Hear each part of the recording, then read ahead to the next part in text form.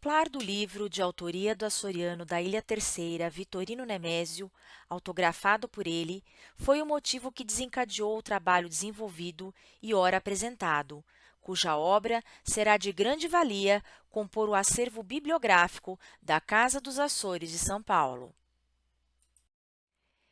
Esse escritor é de grande importância para a literatura luso-açoriana, juntamente com outros escritores açorianos, tais como Antero de Quental, Teófilo Braga e Natália Correia. Antero de Quental foi um dos mais importantes poetas e intelectuais do século XIX.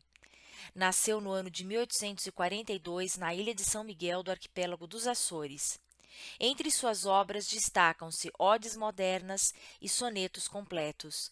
Suicidou-se em 11 de setembro de 1891. Teófilo Braga foi um destacado escritor, político e intelectual. Nasceu no ano de 1843 na ilha de São Miguel do arquipélago dos Açores. Suas obras mais conhecidas são História da Literatura Portuguesa e Cancioneiro Popular. Após a queda da monarquia portuguesa, foi nomeado presidente do governo provisório em 1910 e, posteriormente, foi presidente da República em 1915. Faleceu no ano de 1924. Natália Correia foi uma importante escritora, poetisa, ensaísta e política portuguesa, destacando-se como uma das figuras mais influentes da cultura portuguesa no século XX. Nasceu no ano de 1923 na ilha de São Miguel do arquipélago dos Açores. Entre suas obras mais conhecidas estão O Encoberto e a Poesia Completa de Natália Correia.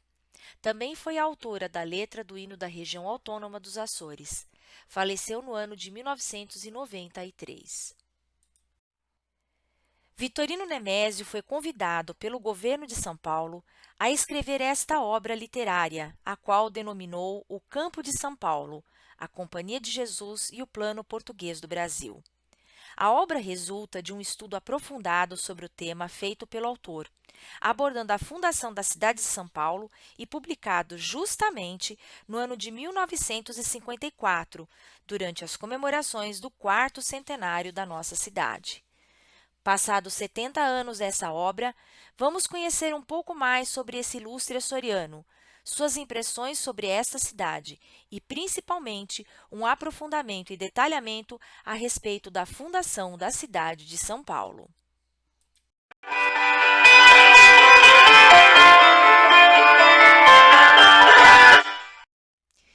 Vitorino Nemésio, 1901 a 1978, foi um notável escritor, poeta, jornalista e professor português, nascido na Ilha Terceira, nos Açores. É reconhecido por sua contribuição significativa à literatura daquele país, destacando-se especialmente no romance e na poesia. Estudou em Coimbra, onde se licenciou em Direito e mais tarde doutorou-se em Filologia Românica. Como professor universitário, lecionou em várias instituições, incluindo a Universidade de Lisboa. O seu trabalho mais conhecido é o romance Mau Tempo no Canal, de 1944, considerado uma obra-prima da literatura portuguesa do século XX. Criou a expressão açorianidade, se referindo à identidade cultural, social e histórica dos habitantes dos Açores. Sua obra continua a ser estudada e celebrada pela profundidade de suas observações sobre a vida, a sociedade e a condição humana. Vitorino Nemésio nos apresenta, em sua obra O Campo de São Paulo, um estudo profundo e abrangente sobre a influência da Companhia de Jesus na formação do Brasil colonial, com foco especial no período entre 1528 a 1563. A obra, que se tornou um clássico da historiografia brasileira, nos convida a uma imersão na complexa dinâmica entre a coroa portuguesa, a Igreja Católica e a ordem religiosa dos jesuítas na construção da identidade nacional.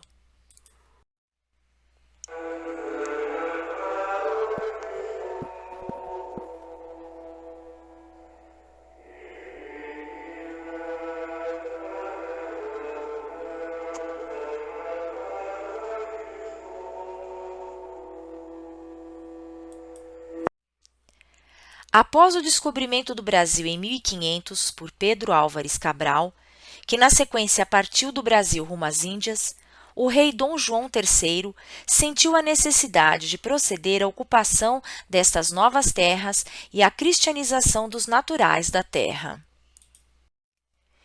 Em 1531, a expedição de Martim Afonso de Souza foi enviada para reforçar a presença portuguesa na costa brasileira, iniciar a colonização efetiva e reprimir a presença e os interesses estrangeiros, incluindo as ações de suposta colaboração com os franceses por parte de Cosme Fernandes, conhecido como Bacharel de Cananéia, que chegou ao Brasil como degredado por volta de 1502 ou 1503, sendo um dos primeiros europeus a se estabelecer no território brasileiro e se instalar na região de Cananéia, no litoral sul do estado de São Paulo.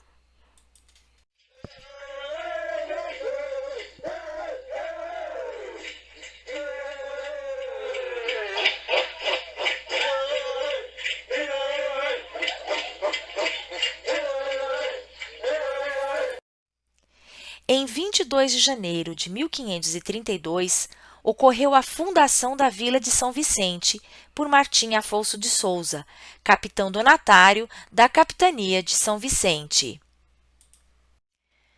Para auxiliar na colonização do Brasil, a coroa portuguesa, influenciada por Diogo de Gouveia, conselheiro do rei Dom João III, que havia desempenhado um papel importante na reforma do sistema educacional de Portugal e fundador do Colégio das Artes na Universidade de Coimbra, convida a Companhia de Jesus, uma ordem religiosa católica apostólica recém-criada, para esta tarefa.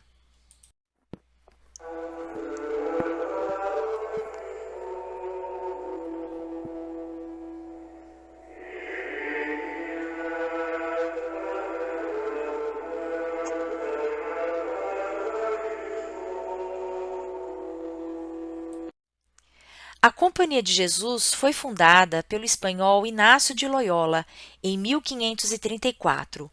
Inácio levou uma vida militar e de cortesão, mas após ser ferido gravemente em batalha em 1521, passou por uma profunda conversão espiritual durante seu período de recuperação. Dedicou-se à vida religiosa e ao estudo. A Companhia de Jesus, cuja fundação foi autorizada pelo Papa Paulo III, se destacaria pela ênfase na educação, missões e serviço apostólico em algumas partes do mundo. A ordem rapidamente se expandiu e se tornou uma das mais influentes na história da Igreja Católica, desempenhando um papel significativo na expansão do catolicismo pelo mundo e na Contra-Reforma Católica, em oposição à Reforma Protestante de Martinho Lutero.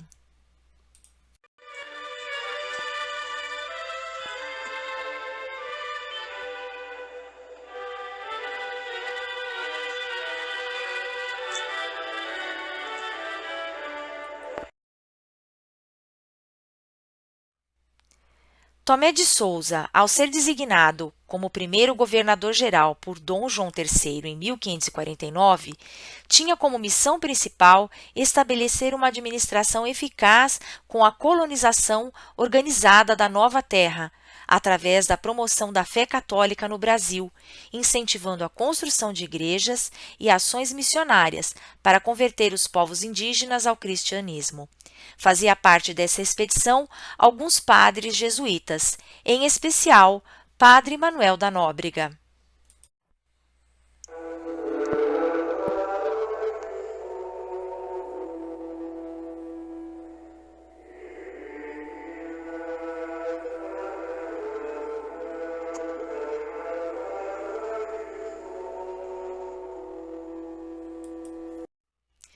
Padre Manuel da Nóbrega foi um dos primeiros e mais influentes missionários jesuítas a atuar no Brasil durante o período colonial.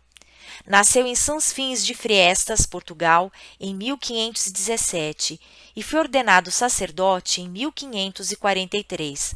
Nóbrega, como padre provincial dos jesuítas, foi enviado ao Brasil como parte da missão de catequizar os povos indígenas e estabelecer uma presença cristã na colônia portuguesa. Participou da fundação da cidade de Salvador, que se tornou a primeira capital do Brasil, aonde estabeleceu um colégio jesuíta. Embora fosse gago, Padre Manuel da Nóbrega foi um diplomata habilidoso e grande orador, negociando com autoridades coloniais e estabelecendo relações com líderes indígenas para garantir a segurança e a cooperação entre as diferentes comunidades de então. Nóbrega desempenhou um importante papel na defesa dos direitos dos povos indígenas contra os abusos dos colonos portugueses, procurando proteger suas terras e cultura e integrá-los pacificamente à sociedade colonial. Dedicou-se à evangelização dos indígenas e à criação de aldeamentos onde os índios podiam viver em comunidades cristãs, recebendo educação e instrução religiosa. Nóbrega foi a principal liderança na fundação do Colégio de Piratininga em 1554, a partir do qual nasceu a cidade de São Paulo. Participou ativamente na expulsão dos franceses durante a tentativa de colonização da França Antártica, no Brasil. Em 1565, ajudou Estácio de Sá a fundar a cidade do Rio de Janeiro, onde faleceu em 18 de outubro de 1570.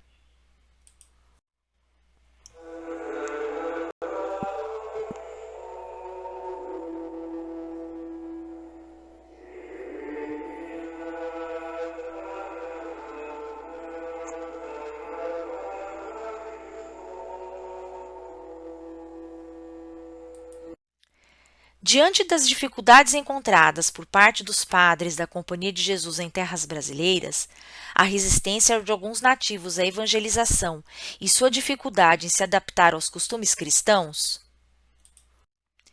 Padre Manuel da Nóbrega, em suas cartas ao rei Dom João III, clamava por mais religiosos do reino e de um anunciado bispo, acreditando que a vinda de uma autoridade eclesiástica modificaria sobremaneira a situação descrita e nada adequada na missão de cristianização. Eis que em 22 de junho de 1552 chegava em Salvador Dom Pedro Fernandes Sardinha, nascido em Évora, Portugal, membro da Ordem de Cristo e grande erudito. Foi nomeado bispo do Brasil em resposta ao pedido do rei Dom João III, que buscava estabelecer uma estrutura eclesiástica no novo território, instalando a primeira diocese do Brasil. Trabalhou para organizar a Igreja Católica, supervisionou a construção de igrejas, estabeleceu paróquias e promoveu a evangelização dos povos indígenas, muitas vezes em colaboração com os jesuítas, com os quais tinha algumas divergências. Para Padre Manuel da Nóbrega, no entanto, Dom Pedro Sardinha tinha uma postura mais política do que evangelizadora.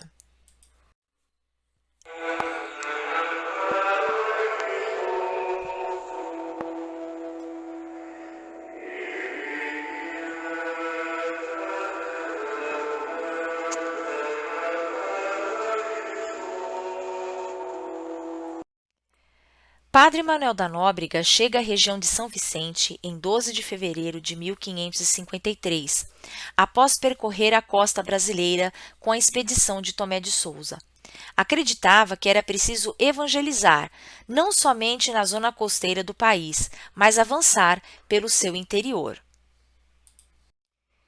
Tinha em mente vencer a Grande Muralha Natural, referindo-se à Serra do Mar, para difundir o cristianismo nas terras do Planalto acima de São Vicente.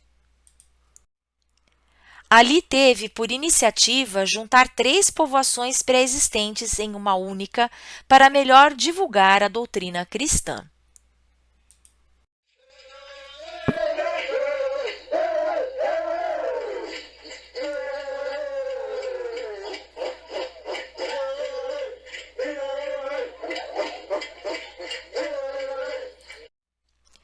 Tibiriçá era cacique da tribo dos Guaianás, que habitava o Planalto.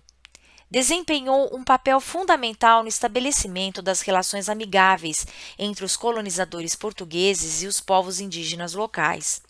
Foi batizado como Martim Afonso de Souza II, em homenagem ao comandante português homônimo, com quem colaborou estreitamente. Sua conversão ao cristianismo e sua aliança com os portugueses foram decisivas para a fundação de São Paulo de Piratininga em 1554. Tibiriçá foi um dos primeiros líderes indígenas a aceitar e promover a presença europeia na região, ajudando na construção do Colégio dos Jesuítas nas terras de Piratininga. Bartira, uma das filhas de Tibiriçá, era esposa de João Ramalho, que já habitava a região antes da chegada dos jesuítas e que desempenhou um papel significativo na colonização da região.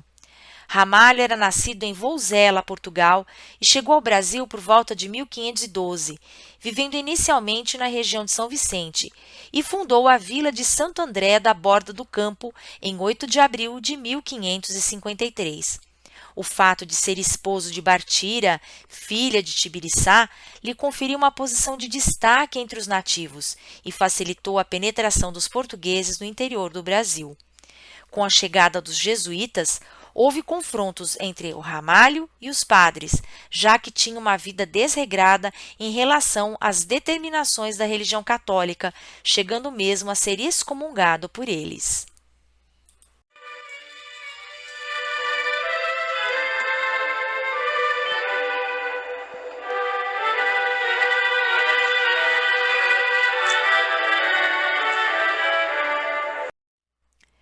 Em 8 de maio de 1553, ocorre a chegada de Dom Duarte da Costa, o segundo governador-geral do Brasil, que desempenhou um papel significativo na administração colonial. Na sua comitiva, embarcaram a terceira leva de padres jesuítas, dentre eles José de Anchieta.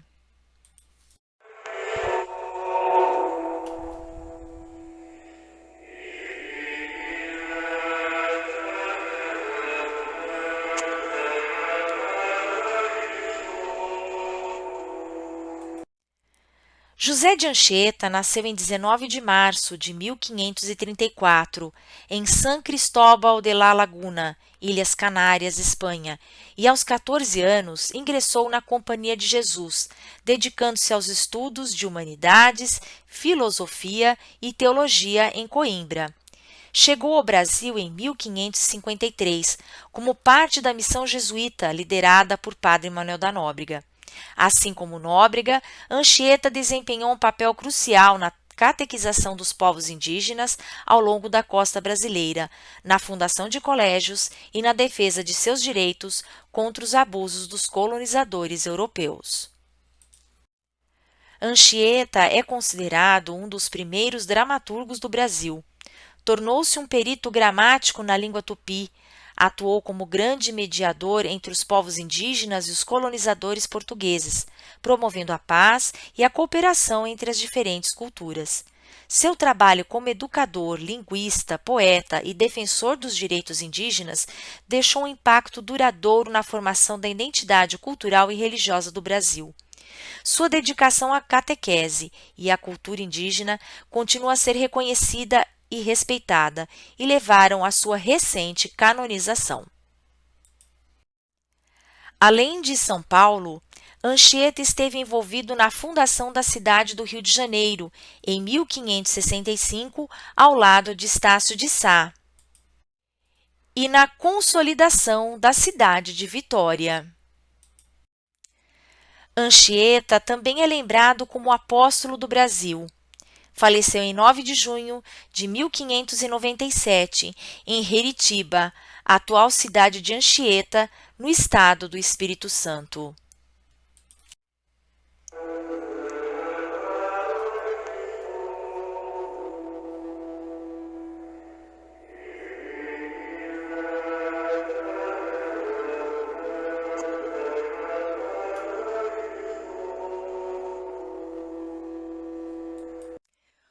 Outro padre jesuíta de destaque foi Leonardo Nunes, que chegou ao Brasil em 1549. Foi um linguista habilidoso e desempenhou um papel importante no aprendizado da língua tupi, contribuindo significativamente para a escrita e o estudo dessa língua. Era chamado pelos nativos de Abaré-Bebê, que significa em tupi padre voador, por causa de sua grande rapidez ao deslocar-se pelos diferentes lugares. Padre Leonardo Nunes faleceu em 1554, em um naufrágio no litoral paulista, quando retornava do Rio de Janeiro para São Paulo.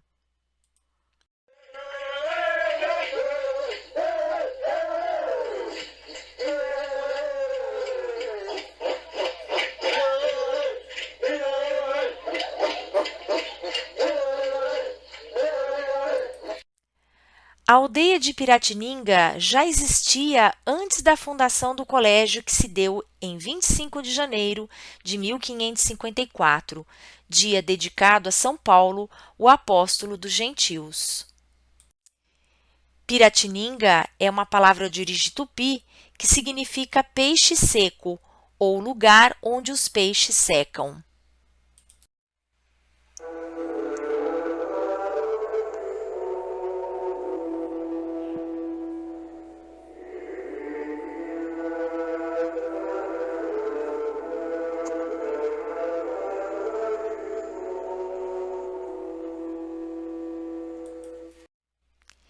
Em 1556, a caravela em que Dom Pedro Fernandes Sardinha viajava, retornando a Portugal, naufragou na costa do atual estado de Alagoas, perto da foz do rio Coruripe.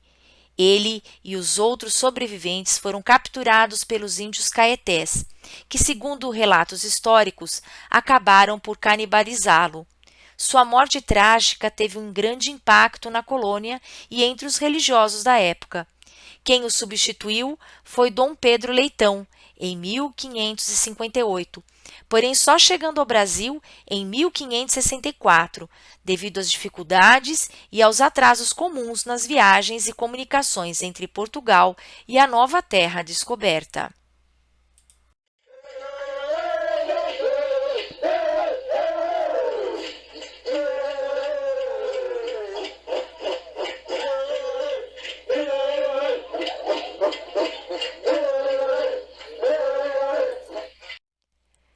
Vitorino Nemésio, em sua obra, nos relata as dificuldades enfrentadas pelos padres jesuítas nos primeiros tempos. A questão geográfica, em especial, o acesso do litoral paulista para o Planalto. A questão sanitária, resultando na morte de indígenas e vice-versa, com disseminação de doenças. A resistência dos indígenas em mudar os hábitos, mesmo já convertidos, relutantes em abandonar suas tradições e modos de vida para adotar a religião cristã. Não havia vestuário suficiente para todos, e isso era um problema, segundo a ótica dos padres, porque andavam nus. Não havia insumos para a produção da hoste e do vinho necessários à realização das missas. Para as confissões, seria necessário o uso da mesma língua, e isso não era condição comum, eis que, no início, os padres não entendiam a língua indígena e vice-versa. Foi até mesmo considerada, junto ao então bispo Dom Pedro Sardinha, a possibilidade de um tradutor para a realização desse sacramento. Os primeiros colonos resistiam a largar as práticas em meio à cultura e estilo de vida dos indígenas, a exemplo e principalmente quanto ao relacionamento com várias mulheres numa relação marital e, portanto, sem o sacramento do matrimônio. Para resolver esses e outros desafios, Padre Manuel da Nobre que entendia ser necessário a vinda de mais padres jesuítas para auxiliar no trabalho de catequização e de mais mulheres. Até mesmo o líder Tibiriçá, que aderiu inicialmente ao cristianismo, teve recaída, adotando hábitos antigos de sua tribo. Repreendido pelos anciãos da aldeia, os quais apoiavam a forma de vida trazida pelos padres, Tibiriçá se arrependeu e retornou às práticas cristãs. João Ramalho, por sua vez, vivia muito à vontade no ambiente da cultura indígena de então. Mantinha relacionamento com várias mulheres, inclusive com algumas de suas próprias filhas, gerando desses relacionamentos inúmeros descendentes. Chegou a ser excomungado pelos padres jesuítas e proibido de participar dos ofícios religiosos, o que gerou revolta de seus filhos mestiços contra os sacerdotes. A ideia de Padre Manuel da Nóbrega era doutrinar as crianças indígenas, até como replicadores junto aos adultos dos ensinamentos recebidos. Utilizavam a música e o teatro como um grande instrumento de evangelização. Essas práticas demonstraram ser um excelente meio de catequização, pois tinham grande apelo junto aos nativos. A grande resiliência e adaptabilidade por parte dos jesuítas e alguns dos indígenas que se aliaram a eles moldaram o desenvolvimento inicial da vila e a história subsequente da cidade de São Paulo. O Colégio de São Paulo tornou-se assim o farol do Planalto, a partir do qual se ampliou e adentrou no restante da terra recém-descoberta. Por meio dos bandeirantes.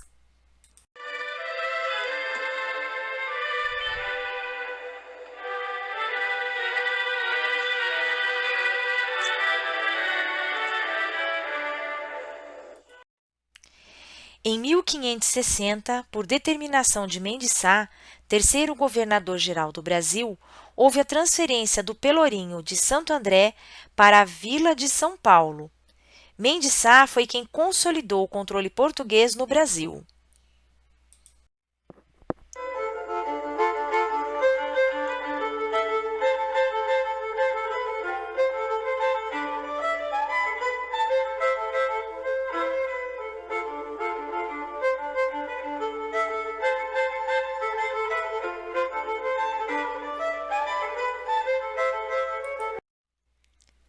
São Paulo é vista por Vitorino Nemésio, em 1954, decorridos 400 anos de sua fundação, como sendo o coroamento brasileiro de uma obra de santos e titãs. Apesar das grandes construções que a cidade ostenta, ainda é possível sentir a presença da cabana ou Papercula Domum de Nóbrega e as Soltainas de Leonardo Nunes e de Anchieta ao luar de Piratininga. A cidade, que se inicia como um colégio para a catequese e ensino dos nativos, cresceu lentamente nos primeiros séculos, servindo como um ponto de partida para as expedições dos bandeirantes. Já a partir do século XIX, a economia cafeeira transformou São Paulo em um importante centro econômico, com a construção de ferrovias ligando o interior produtor de café ao Porto de Santos, facilitando o escoamento da produção e estimulou o crescimento urbano. Ao contingente populacional que passava a crescer, juntaram-se os imigrantes, italianos, portugueses, espanhóis, japoneses, árabes, judeus, reforçando a mão de obra para as plantações de café e para a nascente indústria, e que muito contribuíram para o desenvolvimento cultural e econômico da cidade. No início do século XX, São Paulo se tornou o principal centro industrial do Brasil, atraindo migrantes de diversas partes do país, em especial do Nordeste. Houve um grande crescimento e expansão da cidade com a construção de avenidas, viadutos, arranha-céus e o surgimento de novos bairros. A consolidação de São Paulo, que conta com mais de 12 milhões de habitantes e é a quarta maior cidade do mundo, como um importante centro financeiro e de serviços da América Latina, atraindo multinacionais, bancos e empresas de tecnologia. A diversidade étnica e cultural de São Paulo é uma de suas maiores riquezas, refletindo a história de imigração e migração interna. Uma cidade em constante evolução, buscando soluções para seus desafios, enquanto se adapta às novas realidades econômicas, sociais e ambientais do século XXI. E assim, a profecia de Vitorino Nemésio, ao finalizar sua obra, se cumpre: o futuro de São Paulo como sendo a terra do trabalho e das oportunidades.